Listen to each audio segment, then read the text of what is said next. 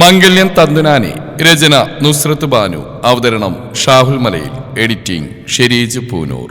ദുർഗയുടെ വാക്കുകൾ കൂരമ്പ് പോലെ തന്റെ കാതുകളിൽ പതിക്കും പോലെ തോന്നി ശിവയ്ക്ക്. പറ ശിവ, എന്റെ വാക്കുകൾക്കപ്പുറം എനിക്ക് എന്തെങ്കിലും പറയാനുണ്ടോ?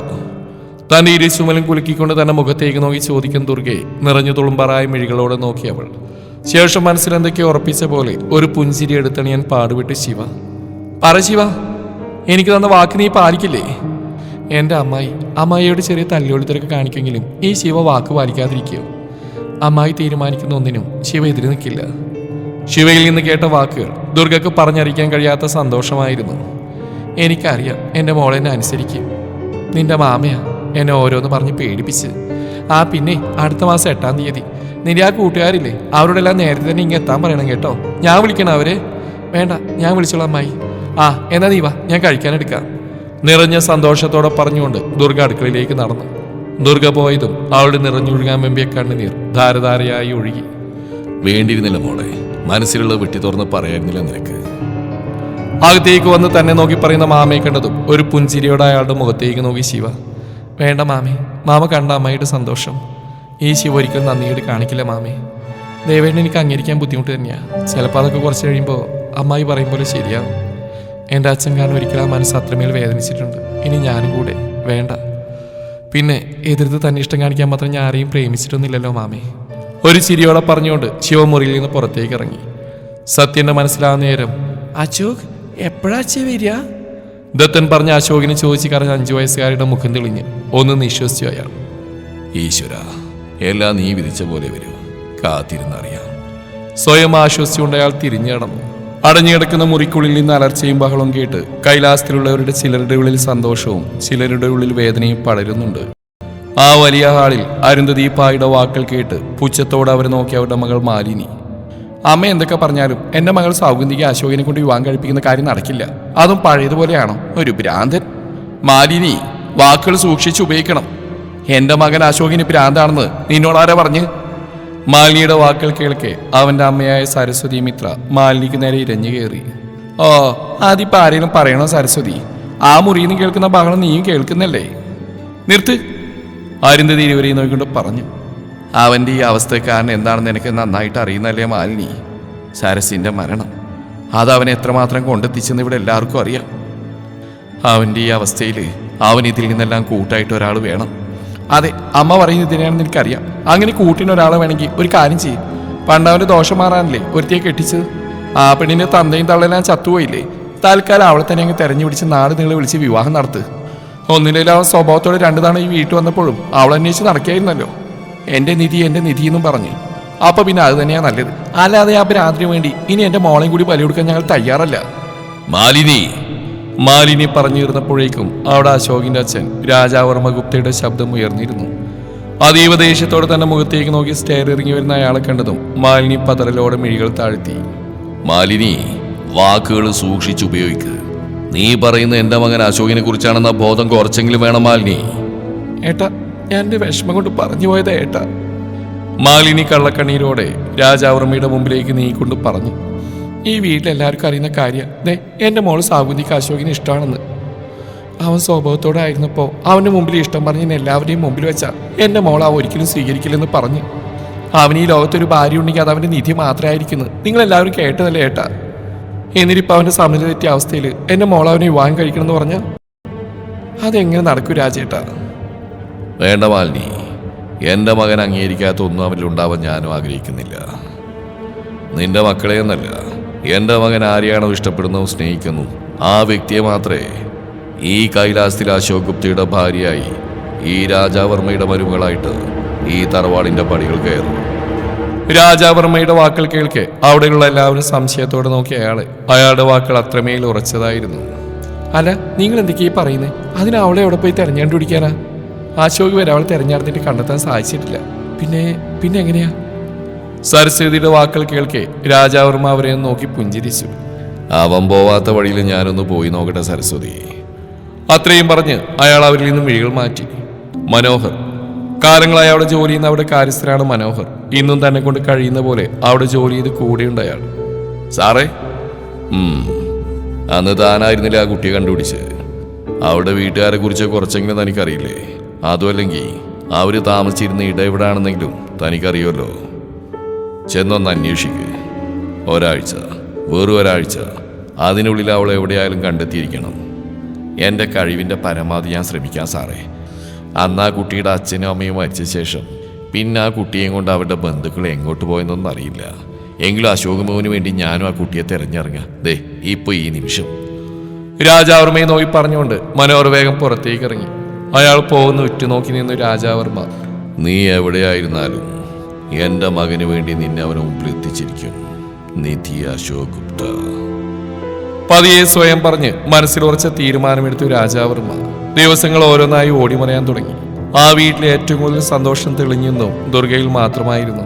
അങ്ങോട്ടും ഇങ്ങോട്ടും ഓടി നടന്ന സത്യനേക്കാൾ കൂടുതൽ എല്ലാ കാര്യങ്ങളും ചെയ്യാൻ മുന്നിട്ടിറങ്ങുന്നതും ദുർഗയായിരുന്നു. ഒരു ദിവസം കടടക്കാനുള്ള ഒരുക്കത്തിൽ നിൽക്കുമ്പോഴാണ് ഫോണിലേക്ക് ഒരു കോൾ വന്ന്. ദേവന്റെ നമ്പർ കണ്ടത് ഒരു ചിരിയോടെ സത്യൻ കോൾ എടുത്തു. ഹലോ മോനെ, ദേവാ. മാമ എത്രയുമേ ജിജി ഹോസ്പിറ്റലിലേക്ക് ഒന്ന് വരുമോ മാമേ? എന്താ പറ്റിയ ദേവാ? എനിക്ക് കുഴപ്പമൊന്നുമില്ല മാമേ. ഇന്നലെ ഓർഡർ എടുക്കാൻ എൻ്റെ കൂട്ടുകാരൻ എൻ്റെ വണ്ടി എടുത്തുകൊണ്ട് പോയത്. വഴിയിൽ വെച്ചൊരു ആക്സിഡന്റ്. എൻ്റെ ഈശ്വര, എന്താ ദേവാ നീ പറയുന്നേ? മാമി അവന് കുറച്ച് ക്രിട്ടിക്കലാ. ഞാൻ വീട്ടിലറിയിച്ചിട്ടില്ല. അറിഞ്ഞാൽ പിന്നെ ആകെ ബഹളവും കരച്ചിലാവും. അതാ. മാമ കൂടി ഒന്ന് വന്നിരുന്നെങ്കിൽ. അതിനെന്താ മോനെ, ദേ ഞാൻ കട അടയ്ക്കുക. ഇപ്പം അങ്ങെത്താം. വേവലാതിയോടെ തന്നെ സത്യൻ വേഗം കടയടച്ച് ഓട്ടോ വിളിച്ച് ജിജി ഹോസ്പിറ്റലിലേക്ക് പോയി. അല്പനേരത്തെ യാത്ര കഴിഞ്ഞ് ജിജി ഹോസ്പിറ്റൽ മുമ്പിലെത്തിയതും ഓട്ടോക്കാരന് കാശ് കൊടുത്ത് സത്യം വേഗം ദേവനെ വിളിച്ചു. ICU മുമ്പിലുണ്ടെന്ന് പറഞ്ഞതും അവിടേക്ക് ലക്ഷ്യമായി വേഗത്തിൽ നടന്നു. ലിഫ്റ്റ് ഇറങ്ങി ധൃതിയിൽ നടന്നു. സത്യൻ ആരെയോ ചെന്നിടിച്ചു. അയ്യോ ക്ഷമിക്കണം പറഞ്ഞുകൊണ്ട് നിലത്ത് വീണ അയാളുടെ തോളിലെ ബാഗ് എടുത്ത് അയാൾക്ക് നേരെ കൊടുത്തു. വീണ്ടും ക്ഷമ പറഞ്ഞ് ധൃതിയിൽ സത്യൻ മുന്നോട്ട് നടന്നു. എന്നാൽ മനോഹർ സത്യനെ തന്നെ ഉറ്റുനോക്കിക്കൊണ്ടിരുന്നു. ബാഗ് തുറന്ന് അതിൽ നിന്ന് തനിക്ക് കിട്ടിയ സത്യന്റെ ഫോട്ടോ കയ്യിലേക്ക് എടുത്ത് ആ ഫോട്ടോയിലേക്കും നടന്നു പോകുന്ന സത്യനെയും മാറി മാറി നോക്കിയ അയാൾ ICUയുടെ മുമ്പിലെത്തിയതും കണ്ടു ടെൻഷനോടെ നിൽക്കുന്ന ദേവനെ. മോനെ ദേവാ. മാമേ എന്താ ദേവാ, എന്താ സംഭവിച്ചത്? ആൾക്കിപ്പോൾ എങ്ങനെയുണ്ട്?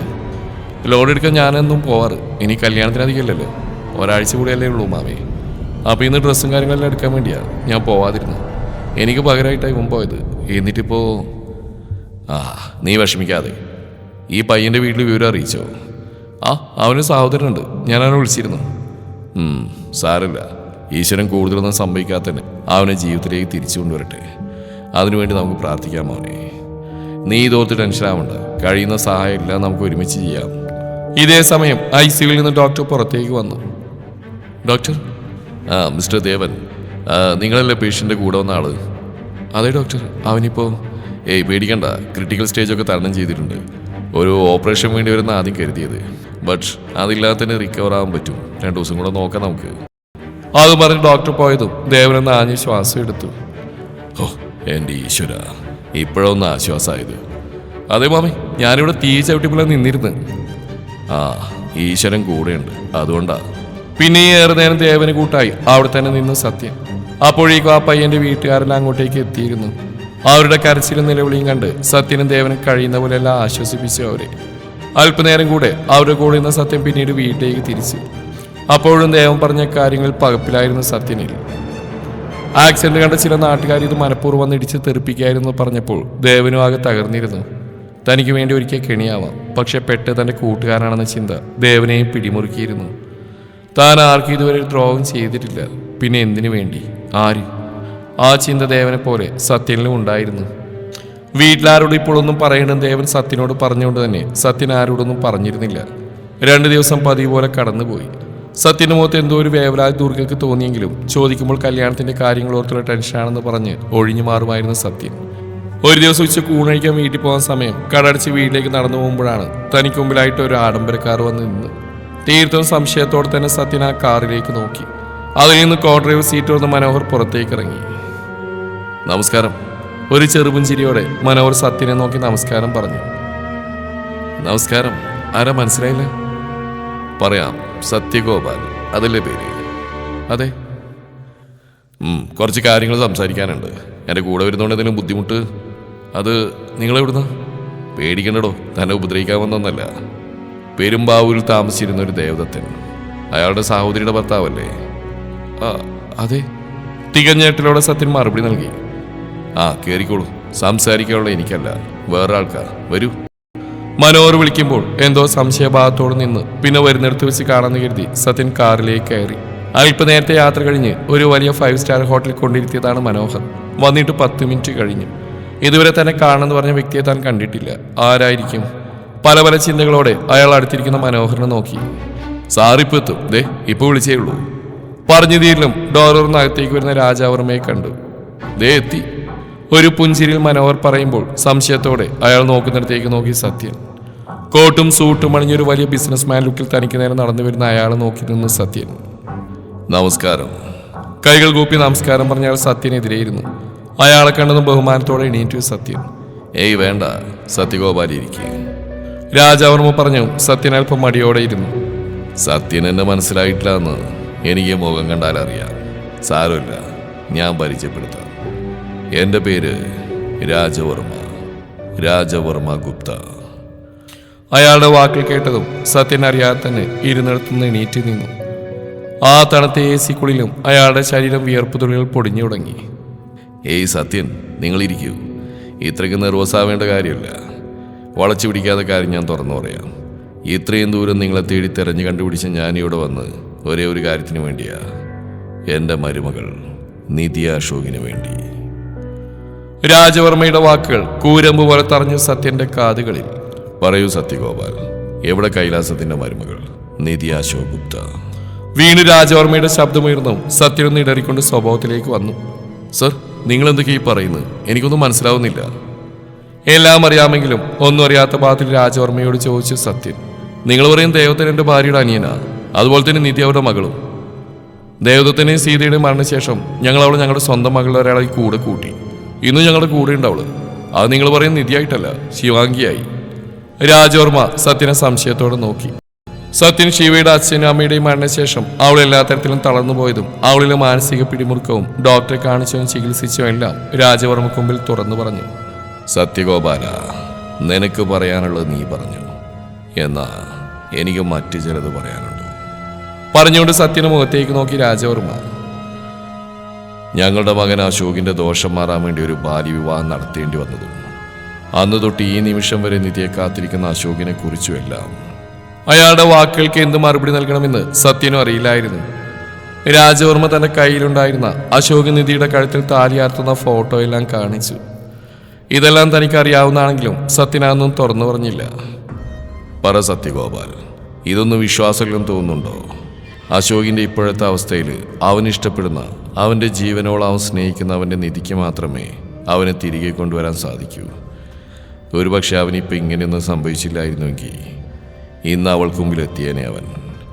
രാജവർമ്മ പറയുന്നെല്ലാം തെളിവ് പകപ്പോടെ തന്നെ കേട്ടിരുന്നു അയാൾ. ഒരു നിമിഷം ബാംഗ്ലൂർ വെച്ചുണ്ടായ ശിവ പറഞ്ഞ കാര്യങ്ങളെല്ലാം ഓർത്തു സത്യൻ. സത്യ, നിങ്ങൾക്ക് ഇനിയും ഞാൻ പറഞ്ഞ വിശ്വാസം വന്നില്ല എന്നുണ്ടോ? കുഞ്ഞിലെ നടന്ന വിവാഹത്തിന്റെ പേരിൽ അവളിപ്പോൾ കൂട്ടിക്കൊണ്ടുപോവുക എന്നല്ല, നാട് നീളെ വിളിച്ചറിയിച്ച് അവരുടെ വിവാഹം നടത്തണം തന്നെയാണ് ഞാനും ആഗ്രഹിക്കുന്നത്. ഒരു നിമിഷത്തെ പകപ്പിന് ശേഷം സത്യനൊന്ന് വിശ്വസിച്ചുകൊണ്ട് രാജവർമ്മയെ നോക്കി. അയാളുടെ മനസ്സിൽ ആ സമയം ഓടി വന്ന ദേവന്റെ മുഖമായിരുന്നു. വെറും 4 ദിവസങ്ങൾ മാത്രം ബാക്കി നിൽക്കെ ആ പാവത്തിനോട് ഞാൻ എന്തു മറുപടി നൽകും? സർ, നിങ്ങൾ പറയുന്ന കാര്യങ്ങളെല്ലാം സത്യം തന്നെയാണെന്ന് ഞാൻ വിശ്വസിക്കാം. പക്ഷേ എന്തൊക്കെ പറഞ്ഞാലും നിങ്ങൾ പറയുന്ന കാര്യങ്ങളൊന്നും ഇനി നടക്കില്ല. തന്റെ മുഖത്തെ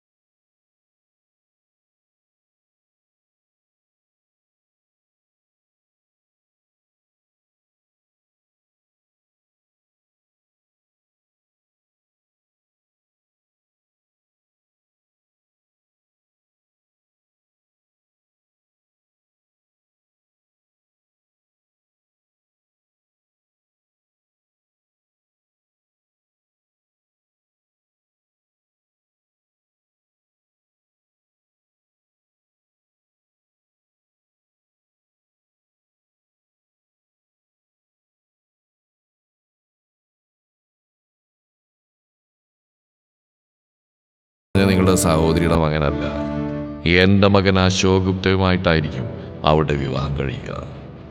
അത്രയും പറഞ്ഞ് സത്യന്റെ മുഖത്തേക്ക് നോക്കി രാജവർമ്മ പുറത്തേക്ക് ഇറങ്ങിപ്പോയി. രാജവർമ്മ പോയതും മനോഹർ സത്യന്റെ മുന്നിലേക്ക് ചെന്നു. എടോ, നിങ്ങൾ എത്രയൊക്കെ ശ്രമിച്ചാലും ദൈവം കൂട്ടിച്ചേർക്കാൻ മരിക്കപ്പെട്ടവരെ വേർതിരിക്കാനാവില്ല സത്യ. അതുകൊണ്ടല്ലോ ഇപ്പം ഈ അവസാന നിമിഷം ഞങ്ങൾ നിങ്ങൾക്ക് മുമ്പ് എത്തിയത്. പിന്നെ അശോക് കുഞ്ഞു, നിങ്ങൾ അകറ്റി നിർത്താൻ ശ്രമിക്കുന്ന അവന് നിങ്ങളുടെ കുട്ടി എത്രമാത്രം ജീവനാണെന്ന് അറിയോ നിങ്ങൾക്ക്? അതറിയണമെങ്കിൽ കൈലാസത്തിൽ അവൻ്റെ മുറിയിലേക്കൊന്ന് ചെന്ന് നോക്കണം. അവനിടയ്ക്ക് 1-2 മാത്രമേ നാട്ടിൽ വന്നിട്ടുള്ളൂ. അന്നൊക്കെ അവൻ്റെ അച്ഛനും അമ്മയ്ക്കോ മുത്തശ്ശിക്കോ ഒപ്പം ഒരു നേരം പോലും ഇരിക്കാതെ നിധിയെന്നും പറഞ്ഞ് രാവും പകൽ അരിഞ്ഞിരിഞ്ഞടന്ന അശോകിനെ നിങ്ങൾ കണ്ടിട്ടില്ല. മനോഹറിന്റെ വാക്കുകൾ സത്യന് തന്നെ കുത്തിപ്പൊള്ളിക്കും പോലെ തോന്നി. അറിഞ്ഞിട്ടും അറിയാത്ത ഭാവത്തിൽ താനിപ്പോൾ ചെയ്യുന്നത് ശരിയോ തെറ്റോ? അയാളുടെ മനസ്സ് വല്ലാതെ പിടിമുറുക്കാൻ തുടങ്ങി. ഞാൻ വീട്ടിൽ കൊണ്ടിറക്കാം. മനോഹർ പറയുന്നിട്ട് സത്യന് നിലറി. വേണ്ട, ഞാൻ പോയിക്കോളാം. എടോ, ഞാൻ വീട് കണ്ടുപിടിക്കുന്ന രീതിയാണ്. എൻ്റെ കയ്യിലിപ്പോൾ തൻ്റെ ജാതകം വരെയാണ്. പിന്നെയാണോ തൻ്റെ വീട്? താൻ പാടും, ഞാൻ വീട്ടിലിറക്കാം.